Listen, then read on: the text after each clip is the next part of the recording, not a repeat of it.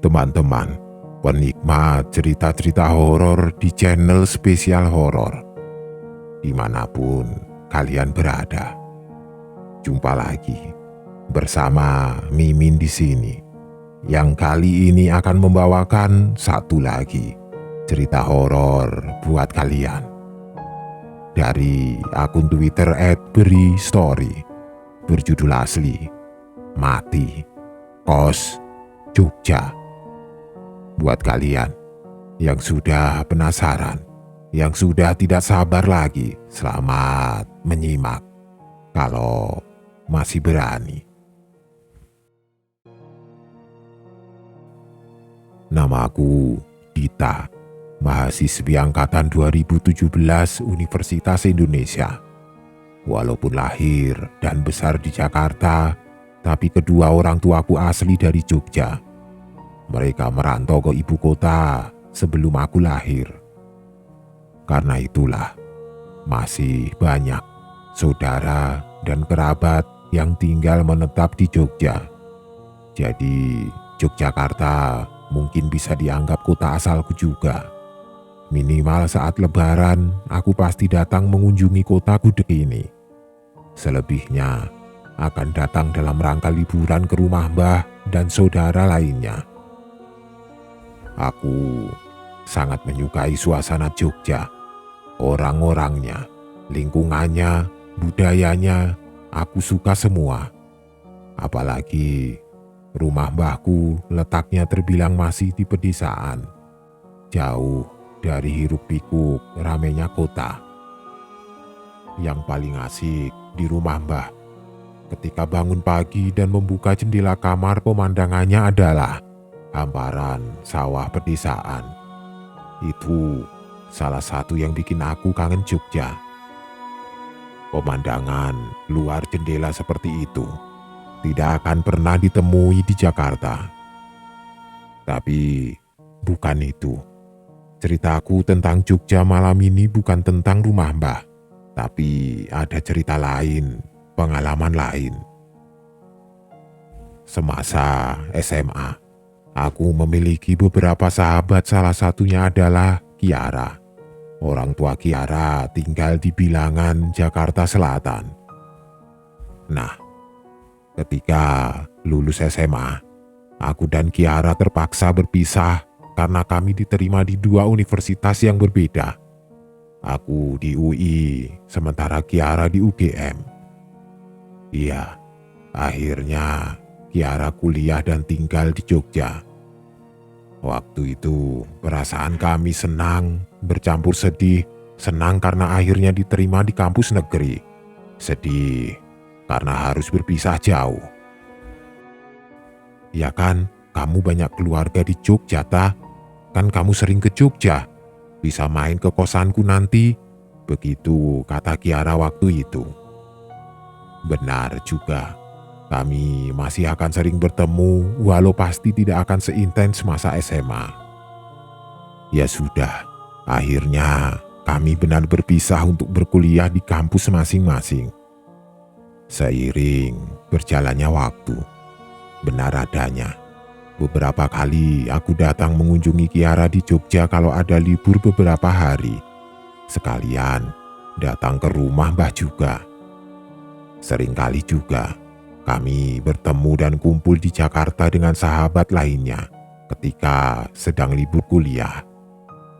Syukurlah, persahabatan kami masih berjalan baik sampai saat ini. Banyak kisah pengalaman seru dan menyenangkan yang kami alami sepanjang masa perkuliahan sampai sekarang. Semuanya membahagiakan, memberi arti jejak indah dalam hidup. Tapi ternyata ada juga pengalaman aneh dan menyeramkan. Kebetulan aku sendiri yang mengalaminya. Rentetan peristiwa yang terjadi ketika aku datang berkunjung ke tempat kos Kiara. Kejadian yang masih sangat aku ingat detailnya sampai sekarang. Begini ceritanya. Tahun lalu, tepatnya bulan Maret 2019, aku berkunjung ke Jogja. memang berniat untuk liburan ke Jogja. Alasan pertama karena memang ada libur kuliah agak lama, 1 minggu lamanya. Alasan kedua, pada tanggal 15 Maret Kiara berulang tahun, sekalianlah pikirku. Kebetulan juga saat itu Kiara tidak libur kuliah, dia tetap di Jogja. Jadilah aku berlibur di Jogja. Berangkat dari Jakarta hari Kamis tanggal 14 Maret. Menggunakan kereta pagi, rencananya aku akan memberikan surprise ultah kepada Kiara pada tengah malamnya. Singkatnya, tanpa kendala berarti, aku akhirnya sampai juga di Jogja tercinta. Sore itu, cuaca hari sangat cerah. Di stasiun Tugu aku turun dari kereta. Suasana Jogja yang sangat aku rindukan. Senyumku selalu sumringah setiap kali menginjakkan kaki di kota ini. Aku memutuskan untuk ke tempat kos Kiara terlebih dahulu, baru esok hari akan ke rumah Mbah. Tempat kos Kiara tidak terlalu jauh dari stasiun Tugu, hanya sekitar 20 menit menggunakan transportasi online. Aku sudah di stasiun Yara, bentar lagi sampai di kosmu. Kamu mau nitip sekalian? Tanyaku ke Kiara lewat WA. Alhamdulillah, tidak usah beli apa-apa tak. Kamu kesini saja langsung, jawab Kiara. Ya sudah, aku langsung meluncur ke tempat kosnya. Kami langsung berpelukan. Ketika aku sampai di kos Kiara lalu melepas rindu dengan saling bercerita. Senang rasanya bisa bertemu lagi dengan sahabat yang selalu ceria ini. Setelah sudah nyaris 1 tahun lamanya sejak pertemuan terakhir. Kamu tidak ada kuliah hari ini memangnya? Tanyaku ketika jam sudah menunjukkan pukul 5 sore. Ini aku baru saja pulang. Seharian ini jadwal lumayan padat sih, jawab Kiara. Kosan Kiara ini berbentuk rumah besar bertingkat. Di dalamnya ada 9 kamar, 4 di lantai dasar, 5 di lantai atas. Setiap lantai memiliki 2 kamar mandi yang dapat digunakan oleh seluruh penghuni. Ada dapur juga. Letaknya di lantai 1 bagian belakang, samping tangga menuju lantai 2 dekat kamar mandi. Di tengah lantai dasar, ada ruang tengah yang berisi sofa, meja, TV, dan beberapa kursi. Di ruang tengah inilah biasanya penghuni kos bercengkrama atau makan. Kamar Kiara berada di lantai dasar, dekat dapur dan kamar mandi. Sebelah kamar Kiara ada 1 kamar, sementara 2 kamar lain berada di depannya, terpisahkan oleh ruang tengah. Di ruang tengah inilah kami berbincang seru pada sore itu. Besar, tempat kos yang cukup besar, tempat kos luas dan nyaman. Kiara bilang, waktu itu rumah kos sedang tidak seluruhnya terisi, hanya 5 kamar yang berpenghuni. Sedangkan 4 sisanya kosong karena baru saja ditinggal penghuninya. Perbincangan seru akhirnya harus terhenti karena waktu maghrib tiba. Seluruh penghuni masuk ke kamar masing-masing untuk sholat, begitu juga dengan kami. Selesai maghrib, Kiara pamit untuk keluar sebentar mau beli makan katanya. Aku keluar sebentar ya, kamu di sini saja istirahat.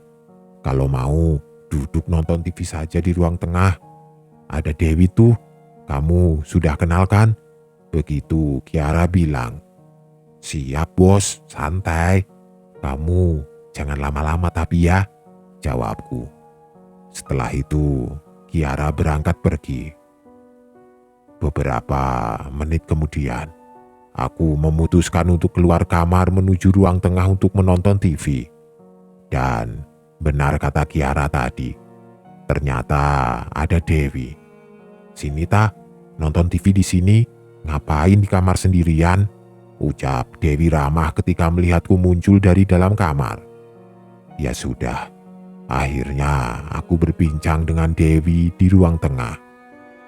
Dewi bilang kamarnya di lantai atas bersama dengan 2 penghuni lainnya.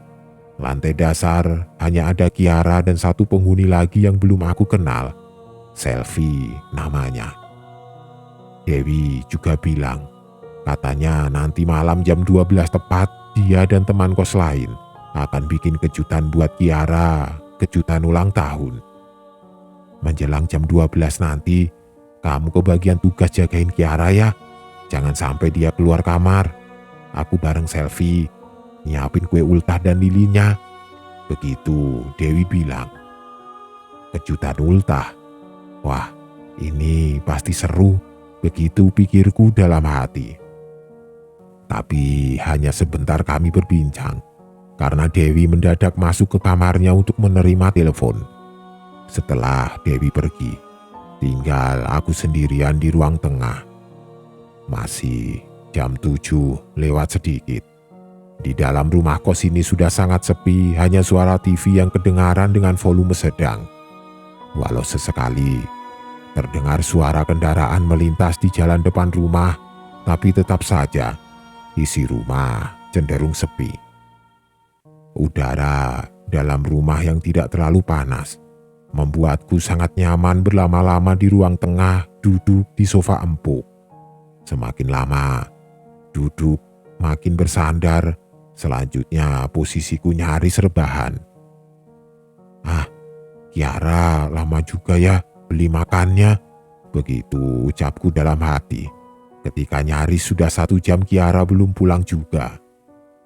Dalam kesendirian, jari tanganku sesekali menekan tombol remote TV mencari saluran yang nyaman di hati. Kenyamanan ini membuatku mengantuk. Ditambah dengan kondisi tubuh yang lelah karena perjalanan dari Jakarta siang tadi. Kereyep-kereyep mataku. Layar TV jadi agak kelihatan ngeblur karenanya. Aku benar-benar mengantuk, nyaris tertidur. Iya, nyaris. Karena akhirnya rasa kantuk mendadak hilang karena aku dikagetkan oleh suara pintu terbuka. Pintu kamar sebelah kamar Kiara yang letaknya persis berada di depanku tiba-tiba terbuka.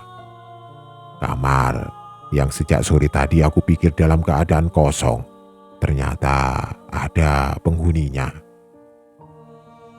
"Mbak," aku menegur perempuan yang muncul dari dalam kamar itu, berbasa-basi sambil membenarkan posisi menjadi duduk tegak kembali. Masih muda dan cantik, sepertinya mahasiswi yang masih satu angkatan denganku. Dia membalas sapaanku dengan senyuman. Hanya senyuman. Berhenti sebentar di depan pintu kamarnya. Kami bertatapan beberapa detik lamanya sebelum dia melanjutkan langkah ke belakang rumah. Sepertinya menuju kamar mandi atau dapur. Aku tidak tahu pasti. Karena setelah itu Kiara datang dan langsung mengalihkan perhatianku. "Maaf lama ya tak. Tadi aku ketemu teman kampus. Jadinya ngobrol dulu," begitu kata Kiara sambil cengengesan. Setelah itu, kami tetap di ruang tengah, makan dan lanjut berbincang. Perbincangan jadi lebih seru dan rame, karena belakangan Dewi datang lagi untuk bergabung. Ditambah Selvi juga yang baru pulang sekitar jam 10. Berempat, kami berbincang senda gurau di rumah besar ini. Sampai akhirnya jam sudah menunjukkan pukul 11:30. Dewi dan Selvi memberiku kode supaya mengajak Kiara masuk ke dalam kamarnya. Memberi kesempatan bagi mereka untuk menyiapkan kue kejutan ulang tahun Kiara. Oh iya, sebelumnya Dewi juga bilang kalau nanti jam 12 tepat akan ada beberapa teman dari kos-kosan sebelah yang juga akan bergabung memberikan kejutan ulang tahun. Jadi, tidak akan hanya kami bertiga. "Rah, ke kamar yuk. Aku ada titipan dari papa kamu di tas tuh." Aku bilang begitu, sedikit berbohong. Kiara nurut. dia ikut ajakanku masuk ke kamar. Setelah di dalam kamar, pintu sengaja aku tutup supaya pergerakan Dewi dan Selvi tidak terlihat. Beberapa menit kemudian, aku lihat dari jendela kamar lampu ruang tengah mati. Mungkin sengaja dimatikan oleh Dewi. Jadinya gelap gulita. Entah Kiara sadar atau tidak dengan adanya pergerakan Dewi dan kawan-kawan di luar kamar. Tapi ternyata kejutannya berhasil. Jam 12 lebih sedikit, Dewi dan kawan-kawan mengetuk pintu kamar. Lalu Kiara membuka pintu. Surprise, Dewi, Selvi, dan beberapa teman lainnya sudah berkumpul di ruang tengah dengan kue ulang tahun di tangan. Ruang tengah jadi heboh dan ramai, tapi masih tetap dalam keadaan gelap karena lampu belum dinyalakan. Saat heboh dan ramai di dalam gelap itulah aku melihat ada hal yang aneh. Aku baru ingat dengan perempuan yang tinggal di kamar sebelah. Perempuan yang aku sapa ketika sedang sendirian di ruang tengah jam 8 tadi. Baru teringat lagi dengannya. Karena aku melihat dia tengah berdiri di depan pintu kamarnya, dia hanya berdiri diam. Ruang tengah masih gelap gulita. Penerangan hanya dibantu oleh sedikit cahaya dari luar rumah yang masuk dari sela-sela jendela. Sebelumnya agak terang karena ada cahaya dari lilin kue ulang tahun. Tapi hanya sebentar, karena Kiara meniup lilin itu hingga padam. Nah, aku melihat perempuan kamar sebelah itu hanya berdiri diam di depan pintu kamarnya ketika kami tengah heboh dan ramai. Baru saja aku berniat hendak mengajaknya bergabung, tiba-tiba ruang tengah kembali terang benderang. Dewi atau Selvi yang menyalakan lampunya. Teriakan heboh rame kembali meriuhkan suasana, menghalangi pandanganku ke perempuan kamar sebelah itu. Beberapa detik setelah lampu menyala, perempuan itu menghilang. Tidak ada di tempatnya lagi. Mungkin sudah masuk ke kamarnya, begitu pikirku. Setelah itu, kami melanjutkan acara, memotong kue dan memakannya bersama-sama. Kembali perhatianku teralihkan, padahal sangat penasaran dengan perempuan itu. Ingin bertanya tentang dia kepada Kiara atau Dewi. Singkatnya, acara selesai. Jam 1 lewat. Aku dan Kiara sudah berada di dalam kamar. "Terima kasih Lota, kejutannya. Jauh-jauh kamu dari Jakarta untuk ini," ucap Kiara. "Sekalian aku liburan kan, Ra? Kamu jangan GR dulu," jawabku. "Oh iya, nanti aku ada kuliah pagi, jadi sekitar jam 7 sudah berangkat ke kampus. Kamu kalau di sini sendirian tidak apa-apa kan? Nanti kalau mau pergi, kunci kosan kamu titipin ke ibu warung depan saja, ya?" "Tidak apa-apa, Ra. Aku juga harus ke rumah mbahku dulu kan. Paling nanti jam 9 aku jalan dari sini. Besok atau lusa aku main ke sini lagi," jawabku menjelaskan. Jadi begitu. Kiara bilang dia ada kuliah pagi, jadi akan meninggalkanku di tempat kosnya. Ya sudah, tidak apa. Lagi pula aku harus ke rumah mbah, kangen juga dengan beliau. Rencananya jam 9 pagi aku akan berangkat ke rumah mbah. Setelah selesai berbincang, sekitar jam 2 kami terlelap. Paginya aku sempat terbangun sebentar jam setengah 7 tadi ketika Kiara pamit berangkat ke kampusnya. Tapi setelah itu terlelap lagi kira-kira 1 jam. Hampir jam 8. Aku baru benar-benar bangun dari tidur lalu berniat untuk ke kamar mandi. Rumah kos ini sangat sepi. Tidak terdengar suara penghuninya. Menurutku mungkin mereka semua sudah beraktivitas di kampus. Tidak terdengar suara TV juga dari ruang tengah, benar-benar sepi. Hanya sesekali terdengar suara kendaraan yang melintas di jalan depan, selebihnya hening. Dari sela jendela kamar, aku juga melihat kalau ruang tengah masih gelap. Hanya cahaya sinar matahari yang sedikit menembus masuk dari jendela depan. Ketika nyawa sudah benar-benar terkumpul, barulah aku berdiri untuk beranjak keluar kamar. Tapi ketika belum sempat membuka pintu dari jendela, lagi-lagi aku melihat perempuan yang tinggal di kamar sebelah. Dia melintas depan kamar Kiara, berjalan ke arah dapur dan kamar mandi. Oh, dia belum berangkat ngampus kayaknya. Begitu pikirku dalam hati. Agak sedikit lega melihatnya, karena berarti aku tidak sedang benar sendirian di rumah besar ini. Setelah bergumam sendiri, lalu dengan niat bulat, aku keluar menuju ke kamar mandi. Sesampainya di depan kamar mandi, yang letaknya di samping tangga ke atas dan di depan dapur, ternyata aku tidak melihat perempuan itu, padahal sudah berniat hendak bertegur sapa lagi dengannya. Dapur kosong, tidak ada orang. Dua pintu kamar mandi semuanya dalam keadaan terbuka, menandakan kalau tidak ada yang menggunakan. Kemana dia? Tanyaku dalam hati. Sedikit bingung, karena tadi jelas-jelas aku melihatnya berjalan lewat depan kamar. Mungkin dia naik ke lantai atas. Sekali lagi aku bergumam, mengambil kesimpulan sendiri. Iya, memang satu-satunya jalan dia ya ke atas, tidak ada lagi karena dapur dan kamar mandi tidak ada orang.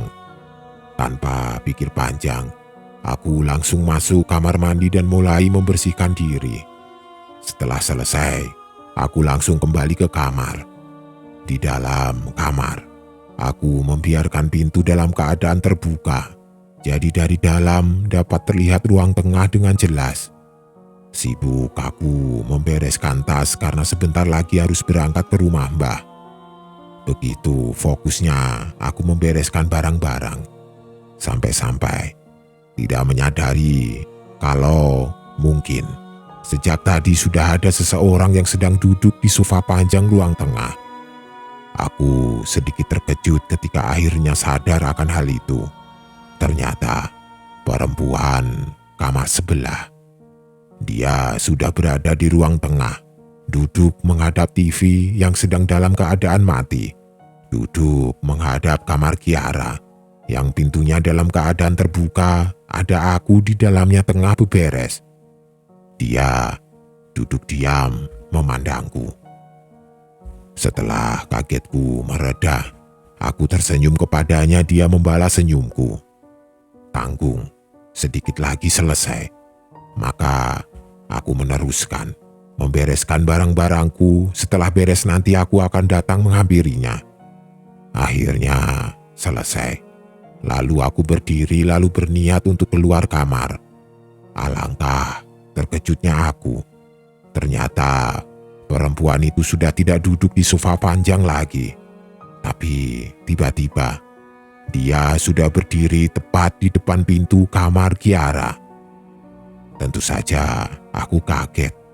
Tidak ada suaranya, tapi tiba-tiba dia sudah berdiri di depan pintu.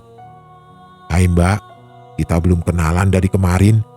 Aku Dita, temannya Kiara," sapaku tersenyum sambil mengulurkan tangan mengajak bersalaman. Dia masih diam, berdiri tersenyum datar, tapi menyambut uluran tanganku kami bersalaman. "Aku Naira," begitu dia bilang pelan. "Mbak Naira tinggal di kamar sebelah kan ya?" tanyaku. Dia hanya mengangguk pelan, tidak mengeluarkan sepatah kata pun. "Kenapa semalam tidak ikut ngobrol di sini, Mbak?" Lagi-lagi aku bertanya. Dia tetap diam, hanya menggeleng. Dalam remangnya ruang tengah, aku melihat kalau Naira ini perempuan cantik. Rambutnya panjang sebahu, tubuhnya langsing berkulit putih. Mengenakan celana jeans berkaos putih lengan panjang. Tapi ada yang aneh. Wajahnya pucat seperti orang yang kelelahan atau kurang tidur. "Sebentar lagi saya pamit ya Mbak, mau berkunjung ke rumah Mbah saya. Masih di Jogja juga kok." Kembali aku yang membuka percakapan. Lagi-lagi, dia hanya diam kemudian mengangguk pelan.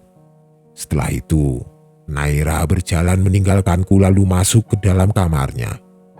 Penghuni yang aneh, pendiam sekali, begitu pikirku dalam hati.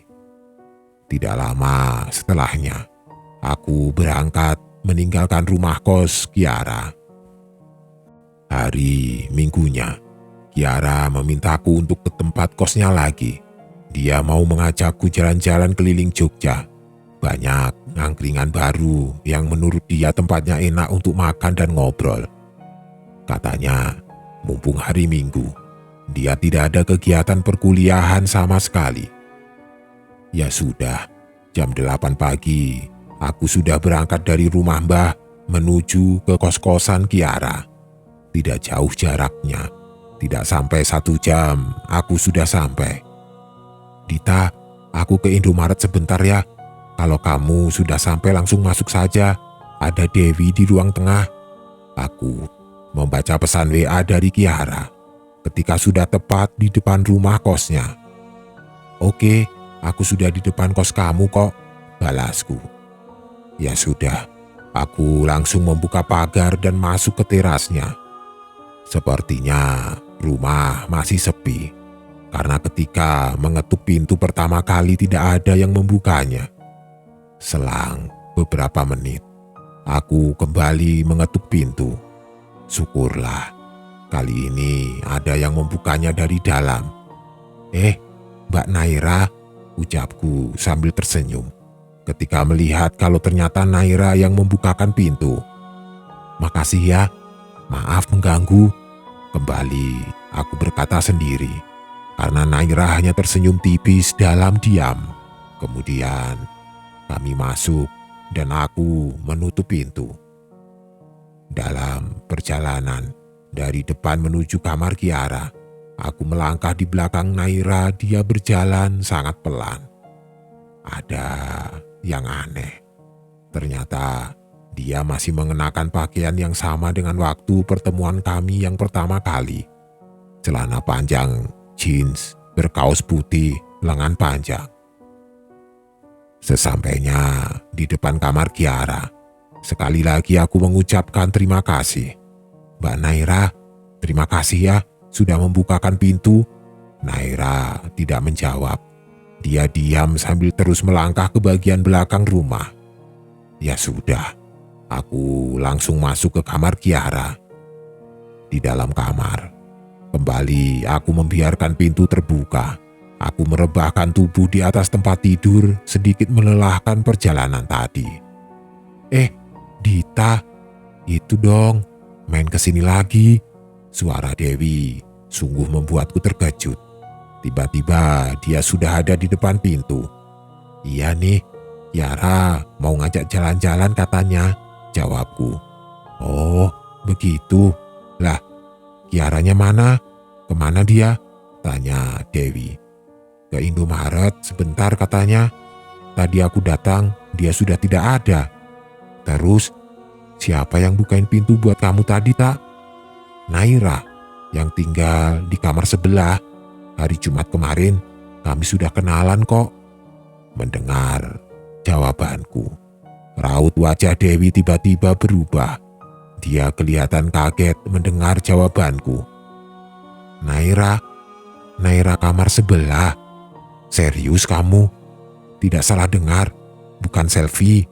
Rentetan pertanyaan yang keluar dari mulutnya menggambarkan kalau Dewi sangat kaget mendengar jawabanku. "Benar Wi, aku yakin Naira kamar sebelah."